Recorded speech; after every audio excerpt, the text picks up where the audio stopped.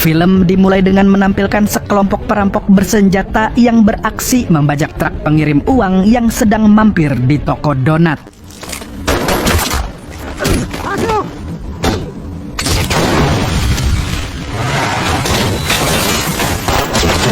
Anehnya, truk tersebut kosong dan tidak mengangkut uang. Kemudian, salah satu petugas truk sempat menghubungi kantor polisi pusat untuk meminta bantuan. Tak lama polisi datang sehingga situasi pun tak terkendali dan terjadilah baku tembak yang tak diinginkan.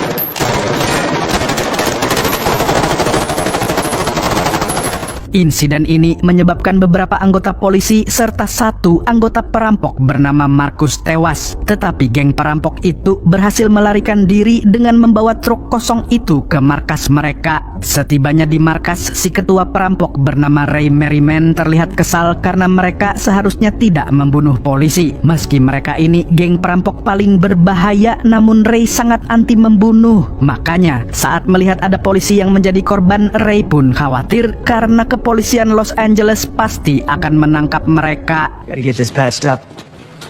I need this clean. We're cop killers now. Kita lalu diperkenalkan dengan seorang komandan polisi bernama Nick yang baru pulang dari dugem. Dia masuk rumah kaya maling langsung disambut istrinya yang baru aja memergoki Nick selingkuh. Itu karena saat mabuk Nick salah kirim SMS yang harusnya ke cabe-cabeannya malah dikirim ke istrinya. Dari sini kita tahu, di balik karirnya yang melejit di kepolisian, Nick justru gagal menjadi suami yang baik karena doyan jajan. No, Daddy does not have enough time for us. Well, Daddy's some rest. He's real tired, right? Let's go. We're gonna go and put your sister in first. Here we go. Okay, baby, ready?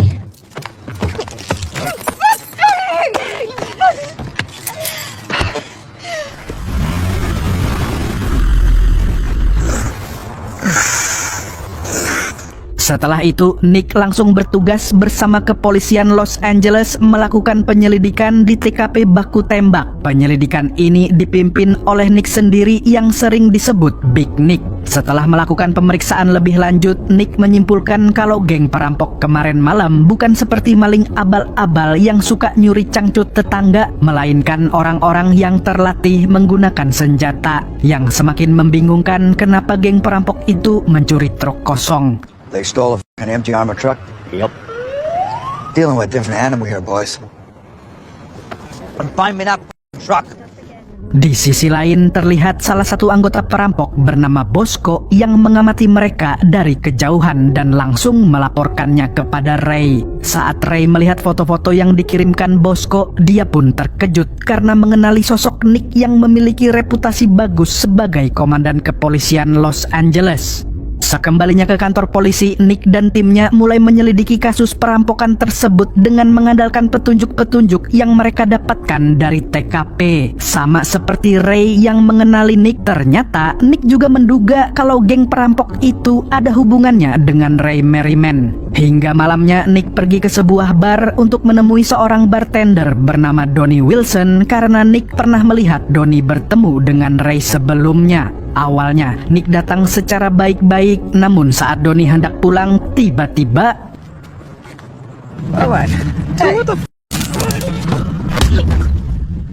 Saat sadar, Donnie sudah berada di tempat Nick CS, tapi bukan di kantor polisi. Nick dan timnya ini memang biasa menangani kasus dengan cara mereka sendiri. Tanpa basa-basi, Nick langsung menginterogasi Donnie soal Ray. Awalnya, Donnie mengaku kalau dia hanya pernah bekerja sekali sebagai sopirnya Ray dan tidak tahu menahu soal Ray dan gengnya. Namun saat Nick mengancam akan menjebloskannya ke penjara yang semua napinya penyembah kaum pelangi, akhirnya Donnie menceritakan semua hal yang dia ketahui soal Ray, si mantan pasukan khusus Amerika Serikat.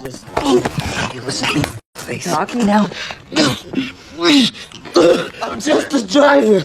I'm just a driver. Whatever y'all got, I'm telling you what I know, and that's all you'll get. They don't give me no gun, I don't do no gangster shit.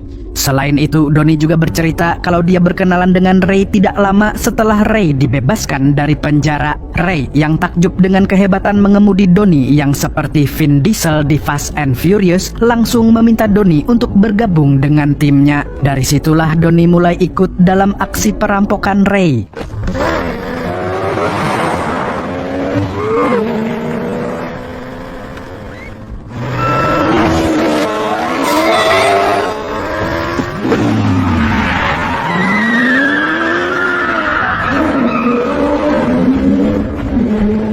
Sesuai janjinya, Nick pun melepaskan Donnie dengan syarat kini Donnie menjadi informan polisi. Di perjalanan pulang, Donnie mendapat telepon dari Ray yang menyuruhnya pergi ke suatu tempat. Keesokan harinya, Donnie pun dijemput oleh Ray di tempat janjian untuk menjalankan misi perampokan berikutnya. Setibanya di sebuah gedung kosong, Ray menjelaskan misi besar mereka, yaitu merampok uang 30 juta dolar yang disimpan di Bank Sentral Los Angeles sebelum uang itu dihancurkan. Ray juga memperingatkan timnya agar mereka membuat perencanaan yang jauh lebih matang lagi karena bank ini memiliki sistem keamanan yang super canggih dan ketat. Sampai sekarang tidak ada satupun perampok yang berhasil membobol bank sentral. That's why we're gonna rob it. Not one has got past the lobby. Every millimeter of it covered by cameras, sensors, and motion detectors. All the employees wear security swipe cards to grant them access through the first. There's anywhere between 500 and 800 billion dollars. Di tempat lain, Nick dan timnya sedang mengidentifikasi profil Ray beserta CS-nya. Sedangkan Ray CS sedang menyiapkan segala keperluan yang dibutuhkan dalam aksi perampokan besar-besaran kali ini. Dimulai dengan Donnie yang menyamar jadi abang GoFood untuk mengelabuhi petugas keamanan di Bank Sentral Los Angeles. Donnie juga diam-diam menaruh paket yang isinya entah apa di saluran udara.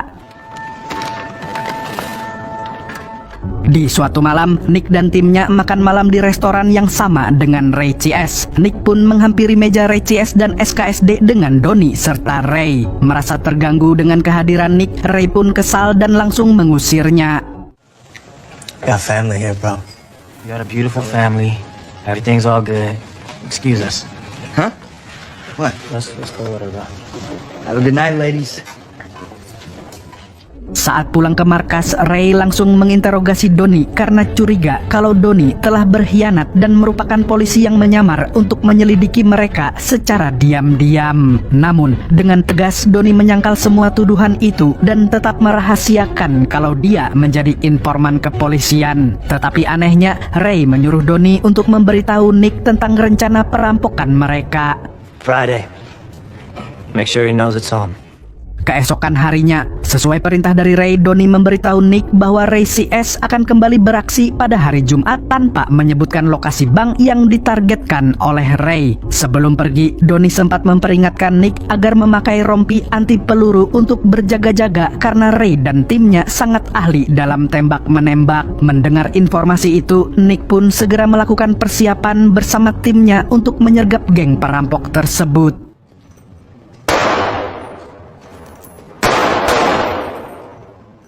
Beberapa saat kemudian, Nick pergi ke tempat latihan tembak di mana Ray biasa melatih skill menembaknya. Nick yang melihat kehebatan menembak Ray malah terprovokasi dan langsung flexing dengan menunjukkan kemampuannya. Karena tidak mau kalah, Ray juga mulai terpancing emosi hingga akhirnya mereka berdua adu skill.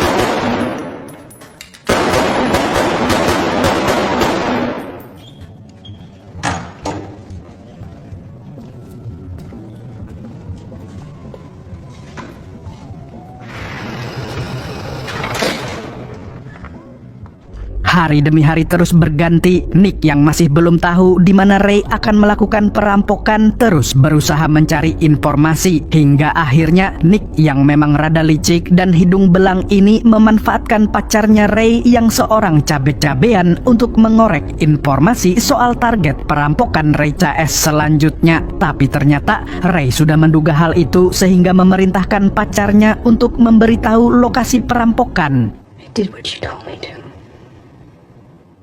Beberapa hari kemudian, tepat di hari Jumat, bukannya sholat Jumat, Nick dan Ray malah mempersiapkan diri untuk menjalankan misi mereka masing-masing, di mana perampokan hari ini akan dilakukan di sebuah bank bernama Bank Pico Rivera. Nick dan tim pun tiba lebih dulu di sana. Tak lama kemudian, barulah Ray CS datang dengan senjata lengkap dan memakai rompi anti peluru. Mereka masuk ke bank dan menyandera semua orang.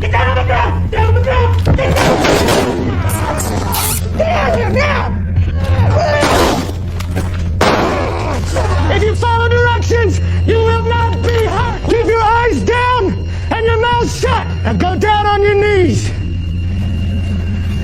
There will be no heroics today. You guys go ahead and get comfortable. Namun anehnya mereka menyuruh manajer bank untuk menelpon polisi dan memberitahu bahwa dia sedang disandera serta perampok meminta uang tebusan sebesar 10 juta dolar. Tidak hanya itu, mereka juga meminta disediakan helikopter dengan bahan bakar yang penuh. Jika dalam 1 jam ke depan semua permintaan itu tidak bisa dipenuhi, maka mereka akan menghabisi semua sandera. Available units, we have a bank 211. This is LASD. We have surveillance on the bank. Stand down. Selesai menelpon polisi, Ray menyuruh si manajer bank untuk membuka brankas penyimpanan semua uang. Tak lama setelah itu, karena permintaannya tak segera dipenuhi, Ray pun mengancam lagi dengan mengatakan bahwa dia telah membunuh 1 sandera. Nick dan seluruh tim kepolisian pun kalang kabut. Di tengah kebingungan mereka dalam menyusun rencana, tiba-tiba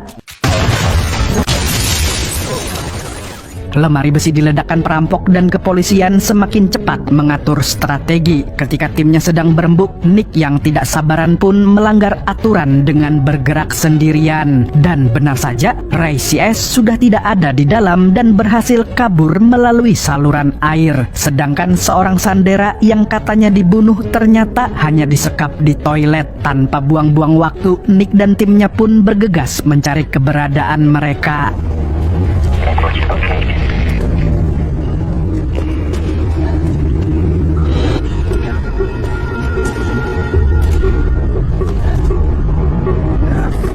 Ternyata perampokan di Bank Pico Rivera hanya pemanasan. Di tempat lain, Ray CS yang berhasil lolos dari polisi kini masuk ke Bank Sentral Los Angeles dengan menyamar sebagai petugas pengantar uang menggunakan truk curian di awal film tadi. Ray lalu membawa uang tersebut ke ruang pemeriksaan dan menunggu di sana sampai proses pemeriksaan uang selesai dilakukan. Di sisi lain, Bosco bertugas mematikan listrik guna mengalihkan perhatian para petugas agar mengosongkan ruang penghitungan untuk sementara waktu. Lalu Donnie yang ternyata sedari tadi bersembunyi di dalam kotak penyimpanan uang pun segera meretas kamera CCTV. Kemudian keluar untuk mengambil uang pecahan lama yang ada di dalam sana. Semua uang itu dimasukkan ke dalam plastik hitam kemudian dibuang di tong sampah.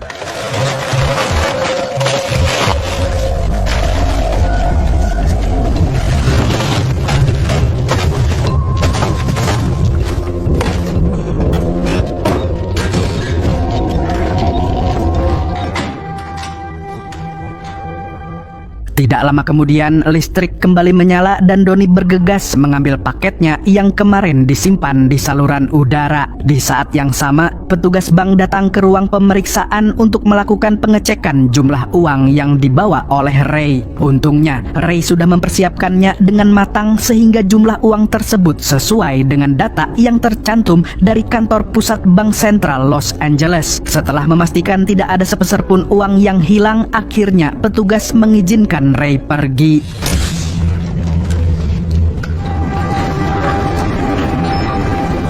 Donnie pun kembali menyamar sebagai abang GoFood dan memberikan paketnya tadi ke pelanggan agar bisa keluar tanpa dicurigai oleh petugas. Namun, saat hendak melewati pos pemeriksaan, polisi yang berjaga di sana merasa curiga kepada Donnie karena dia tidak melihat Donnie datang dan namanya pun juga tidak tercatat di buku daftar pengunjung hari ini. Tapi entah Donnie-nya yang pintar bersilat lidah atau pak polisinya yang gampang dikibulin. Pada akhirnya polisi itu membiarkan Donnie pergi begitu saja.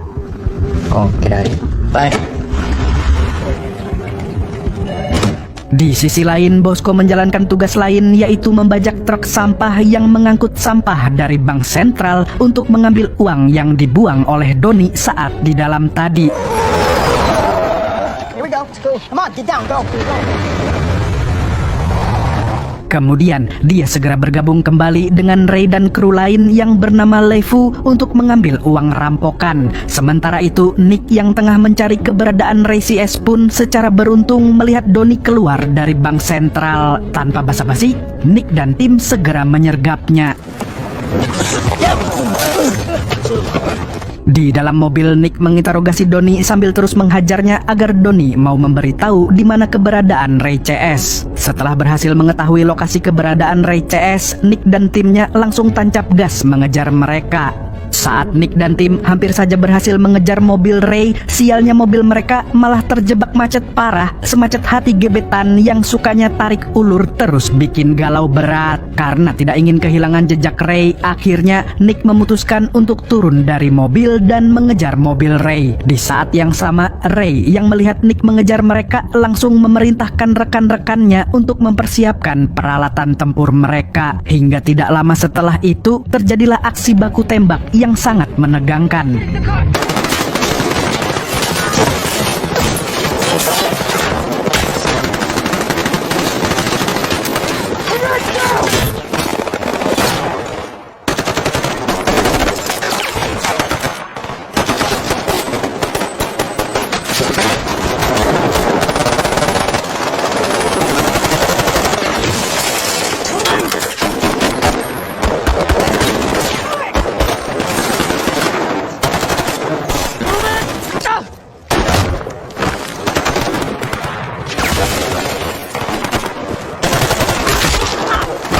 Pada aksi itu, tim Ray harus kehilangan Bosco dan Leifu yang tewas tertembak. Sedangkan Nick juga kehilangan salah satu rekan polisinya. Tapi aksi tetap berlanjut hingga Ray yang terpojok pun berusaha untuk melarikan diri, namun Nick terus mengejarnya.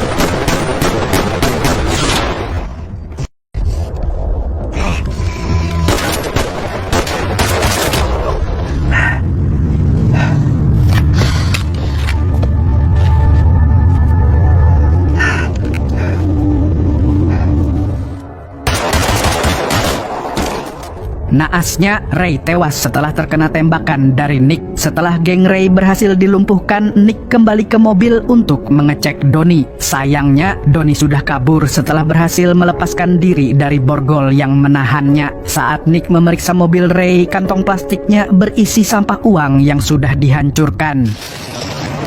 So what, they were gonna make fun? Yeah, I'm gonna roll to the hospital.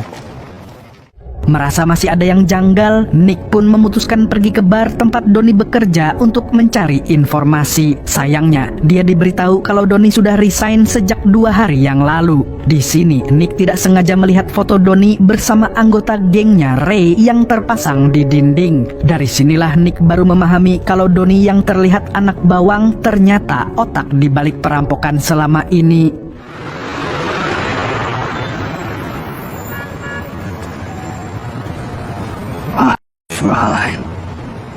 Bar tempat Donnie bekerja berada tepat di depan bank sentral, sehingga kebanyakan pelanggannya adalah pegawai bank tersebut. Donnie pun mengorek informasi dari para pelanggannya itu tentang cara masuk bank sentral dengan aman. Lalu dia memberitahu Ray yang bertindak sebagai tim eksekusi. Dan ternyata pelanggan GoFood dan sopir truk sampah adalah rekan Donnie. Mereka pun sudah menukar truk sampah sehingga yang dibajak oleh tim Ray berisi sampah asli, bukan uang. Liciknya Donnie, dia mengambil uang hasil curian untuk dia dan timnya sendiri ketika polisi sibuk menangani tim Ray.